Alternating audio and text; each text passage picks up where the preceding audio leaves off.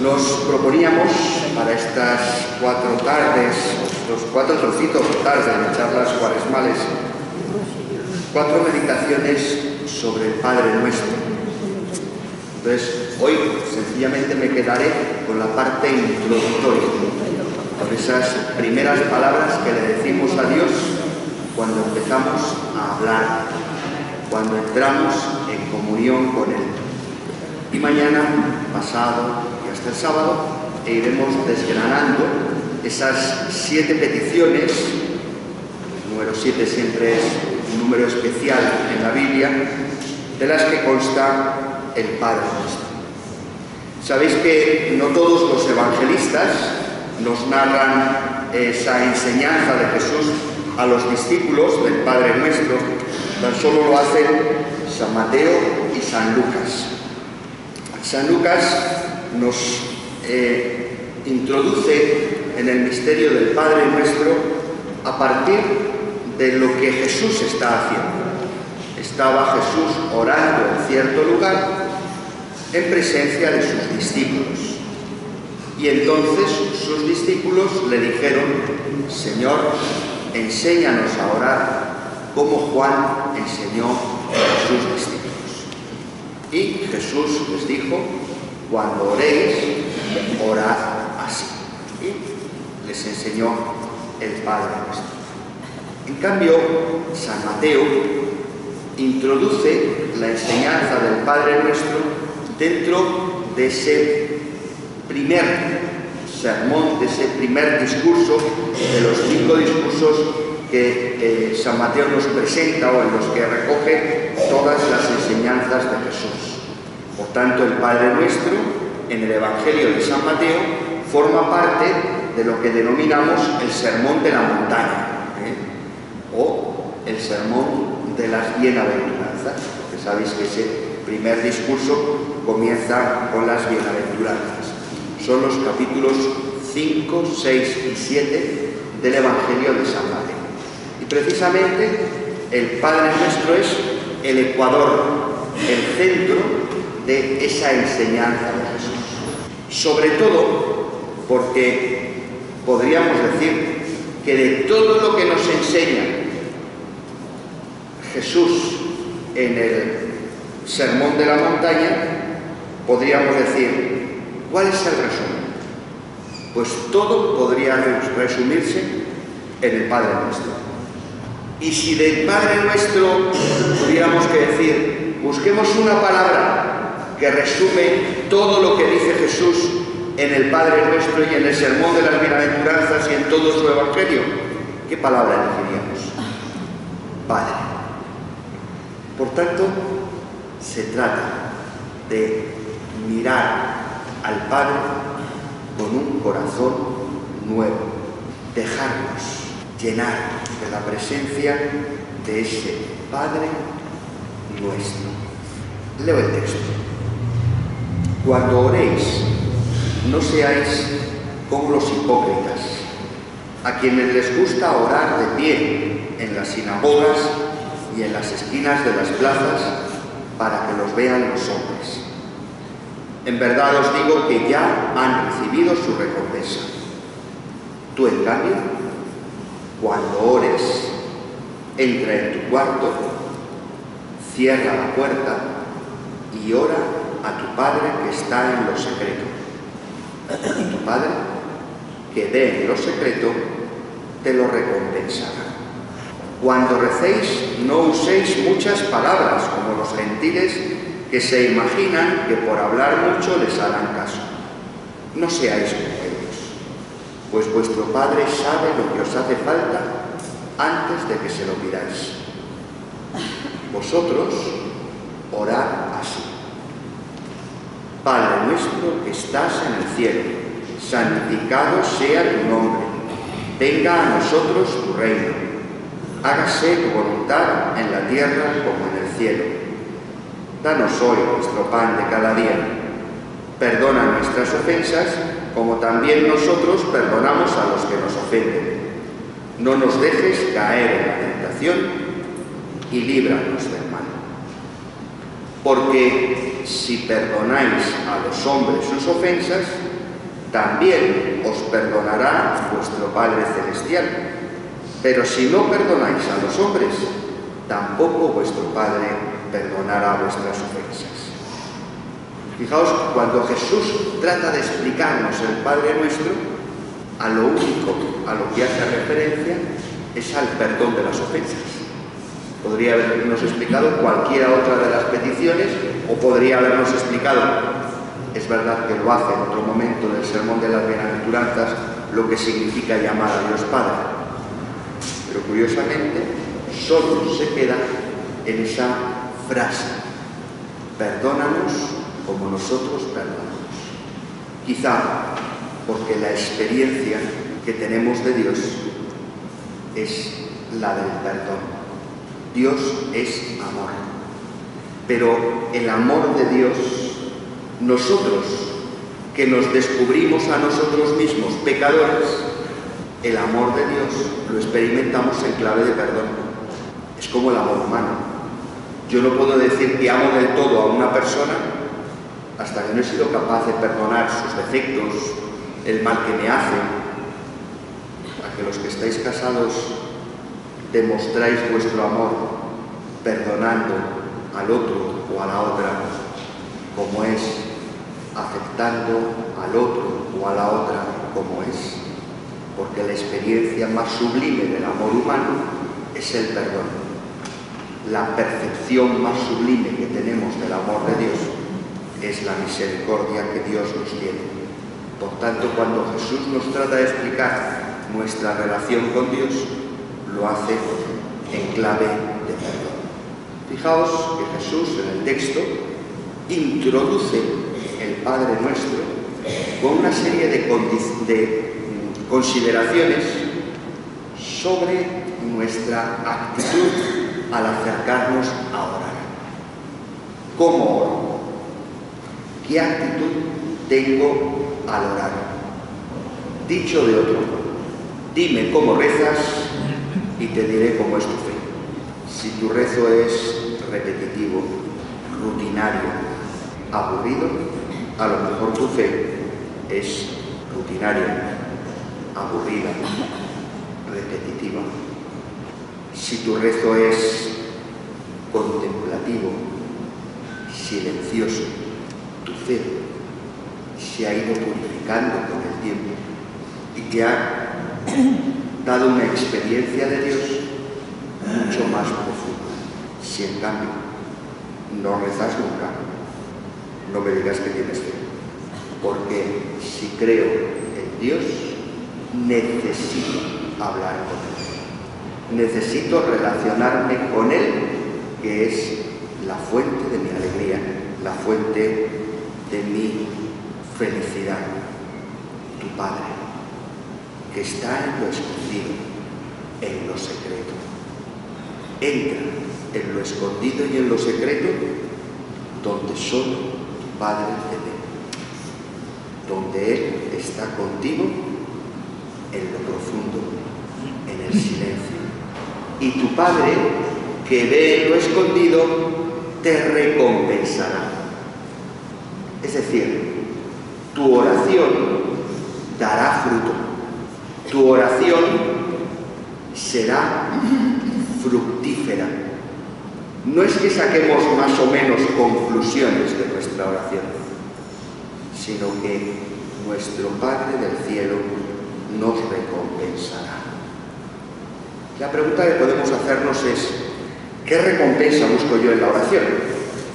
Porque mucha gente de muchas religiones ora. Incluso hay religiones que no tienen Dios, pero que proponen al creyente un camino de oración.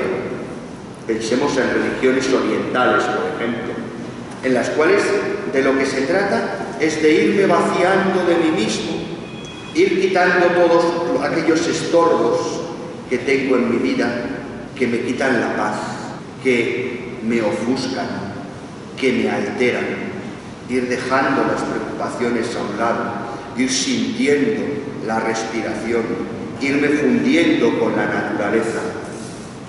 Eso no es la oración cristiana. Por tanto, si yo voy a la oración como cristiano buscando el nirvana, pues no estoy haciendo una oración cristiana. Si voy a la oración buscando la paz, no estoy haciendo una oración cristiana. Y esto, aunque no seamos budistas, ni hinduistas, ni shintoístas, nos pasa. Es que no venimos a la iglesia buscando un ratito de paz, buscando un poco de sosiego en nuestra vida alborotada. Pero fijaos, pensemos en Cristo. No es que tengamos muchas lecciones ni muchos relatos que nos hablan del contenido de la oración de Cristo, pero sabemos uno muy importante, y es que en el momento en el que peor lo está pasando Jesús, se pone a rezar, ¿verdad? En el huerto de Getsemaní. ¿Qué dice Jesús? Padre, si es posible, aparta de mí este cáliz. En otros textos paralelos se habla de que Jesús dice: mi alma está alborotada, está ansiosa, me siento incierto, me siento mal. Pero Jesús no va buscando sentirse mejor en la oración. ¿Qué va buscando? Si es posible, aparta de mí este cáliz, pero no se haga mi voluntad, sino la tuya. Por tanto, ¿qué busco cuando voy a la oración? Pues lo que busco es encontrar qué es lo que Dios quiere para mi vida. Descubrir qué me propone Dios. Es la actitud de María. María es la mujer orante, la que vive toda la vida a la escucha de Dios. Y por tanto, María descubre en el silencio, descubre en la escucha, descubre en la oración lo que Dios quiere para ella. ¿Y cómo termina la oración de María? Hágase en mí según tu palabra. Por tanto, si cuando yo voy a la oración, en vez de ir buscando cobijo, en vez de ir buscando paz, en vez de ir buscando bienestar, voy a la oración, me pongo delante de Dios y le digo: Padre, ¿qué quieres de mí? Encontraré lo que Dios quiere. Y como Dios quiere que sea feliz, en ese cumplimiento de la voluntad de Dios, entonces sí, encontraré la paz del alma. Jesús va al huerto de Getsemaní en agonía. De hecho, a la basílica que está en el huerto de los Olivos se le llama la basílica de la agonía. A la roca donde Jesús oró se le llama la roca de la agonía, es decir, de la lucha. Jesús va con una lucha interior entre buscar la voluntad de Dios y el instinto por no perder la vida. Y en esa lucha que le quita la paz, Jesús dice: aquí estoy, no se haga mi voluntad sino la tuya. Y entonces encuentra la paz. Getsemaní es el lugar del paso de la agonía a la paz. La oración es el lugar donde, buscando la voluntad del Padre, descubrimos la paz del alma. Y después de esa introducción, Jesús nos dice: vosotros orad así: Padre nuestro que estás en el cielo. Padre nuestro cielo. 3 palabras, por una parte revolucionarias.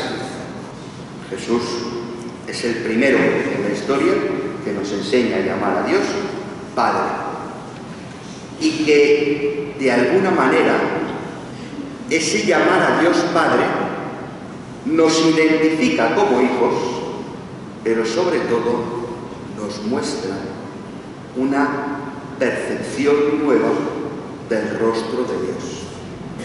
Si cuando yo voy a la oración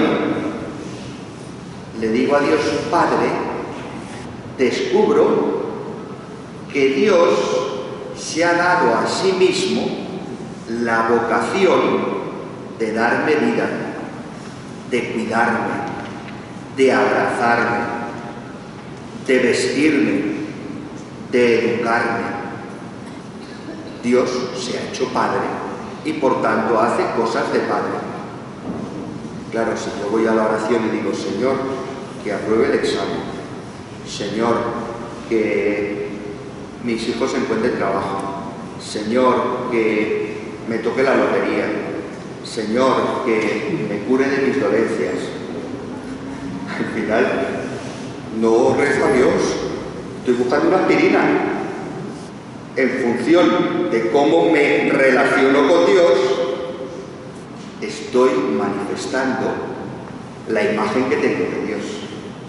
Y Jesús me dice, deja todo eso, deja todas esas imágenes que te has ido creando por todas las lecturas bélicas que has oído del Antiguo Testamento, por todas las hazañas que se te han contado y que a lo mejor te han hecho percibir a Dios como un Dios justiciero, como un Dios juez, como un Dios guerrero, como un Dios elitista que solo quiere a unos cuantos, como... No, llama a Dios Padre, porque Dios se ha dado a sí mismo la vocación de la paternidad. Dios se ha dado a sí mismo la vocación de quererte. Y así aprenderemos también lo que debe ser un padre. Hay un libro precioso que le hace una entrevista al Papa Francisco, y que en el fondo lo que hace es aprovechar la entrevista para ir haciendo un comentario del Padre Nuestro. En ese libro dice, hemos de estar más atentos, hablar de la vida de la Iglesia. La ausencia de la figura paterna en la vida de los niños y jóvenes provoca lagunas y heridas que pueden llegar a ser muy graves. De hecho, muchas desviaciones de niños y adolescentes están relacionadas con esta carencia, con la falta de ejemplos y guías autorizados en su vida de cada día, falta de cercanía, falta de amor por parte de los padres. El sentimiento de orfandad que viven muchos jóvenes es más profundo de lo que pensamos. Hay muchos niños que no ven a sus padres, que cuando se levantan ya están los abuelos para llevarlos al colegio, y cuando se van a dormir todavía sus papás no han vuelto de trabajar. Y en el fondo eso genera un sentimiento de orfandad que crea una imagen de la paternidad que engendra conductas que no son buenas, y el Papa dice, y además engendra una imagen de Dios desajustada. A veces parece que los padres no sepan muy bien cuál es el sitio que ocupan en la familia, dice en otro párrafo, y cómo educar a sus hijos. Se ha puesto de moda eso de yo lo que quiero es ser amigo de mis hijos. Pues si quieres ser amigo de tus hijos, en el fondo estás perdiendo la oportunidad de ser padre de tus hijos, nos dice el Papa. Entonces, en la duda, se abstienen, se retiran y descuidan sus responsabilidades, tal vez refugiándose en una cierta relación de igual a igual con sus hijos. Es verdad que tú debes ser compañero de tu hijo, pero sin olvidar que tú eres el padre. Si te comportas solo como compañero de tu hijo, eso no le haría bien a él. Y dice un poco más adelante, nos hará bien a todos, a los padres y a los hijos, volver a escuchar la promesa que Jesús hizo a sus discípulos. No os dejaré huérfanos. Creemos en un Dios Padre y por tanto que no nos deja huérfanos. Un Dios con vocación de Padre. Un Dios que engendra vida. Y un Dios que es Padre nuestro. No decimos Padre mío, decimos Padre nuestro. Dice el Papa Francisco en una de las últimas audiencias que la palabra ausente de la oración que Jesús nos enseña es la palabra yo. La primera parte del Padre Nuestro, las tres primeras peticiones, hacen relación a nuestra relación con Dios.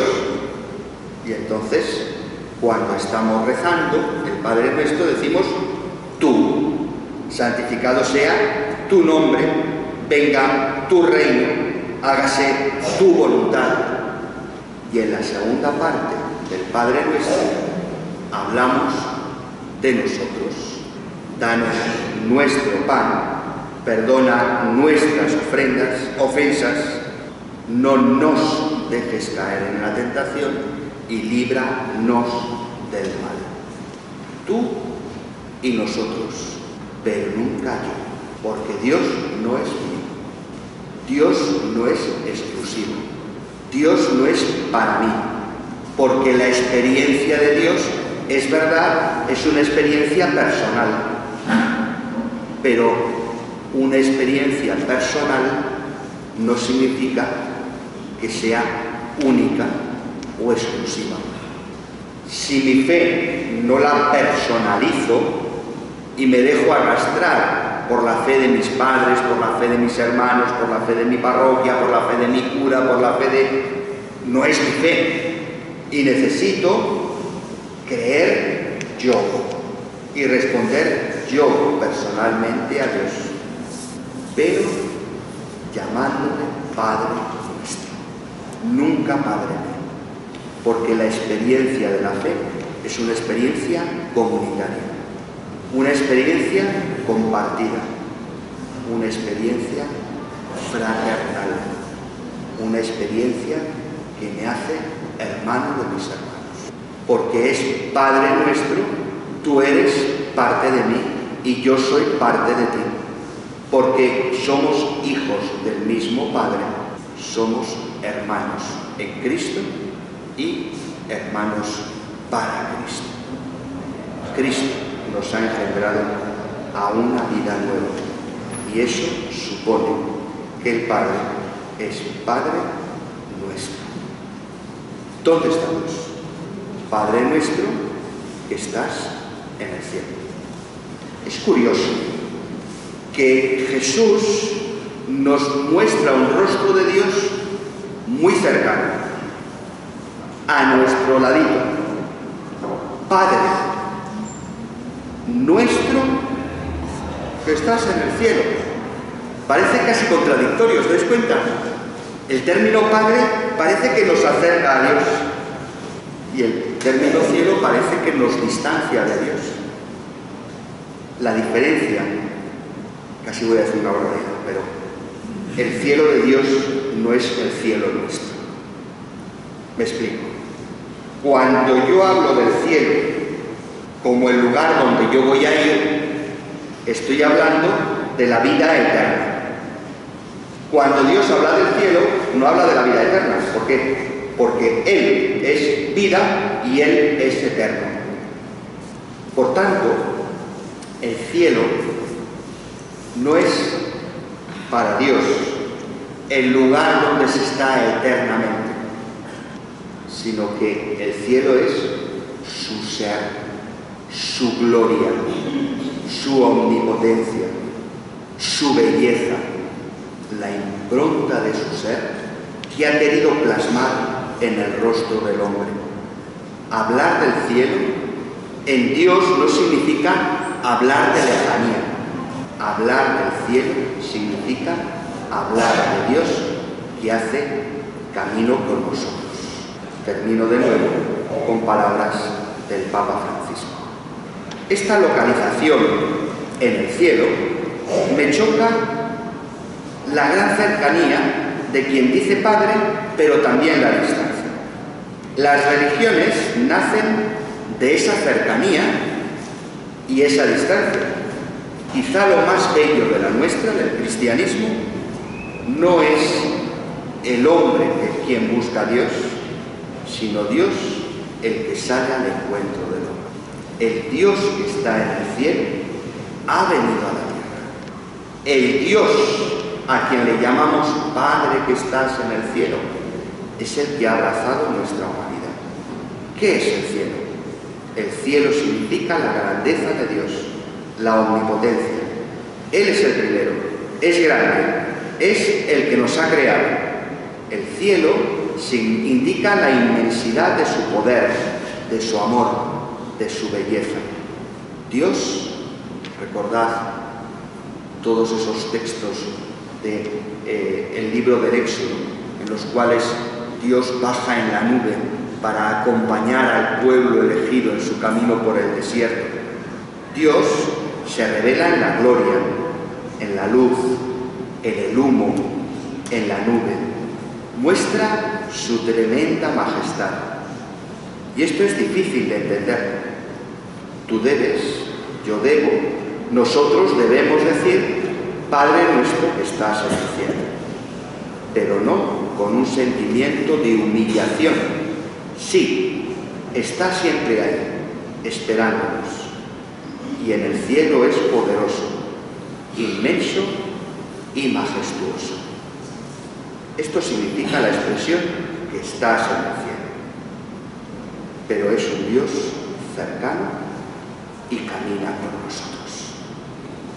Mañana nos preguntaremos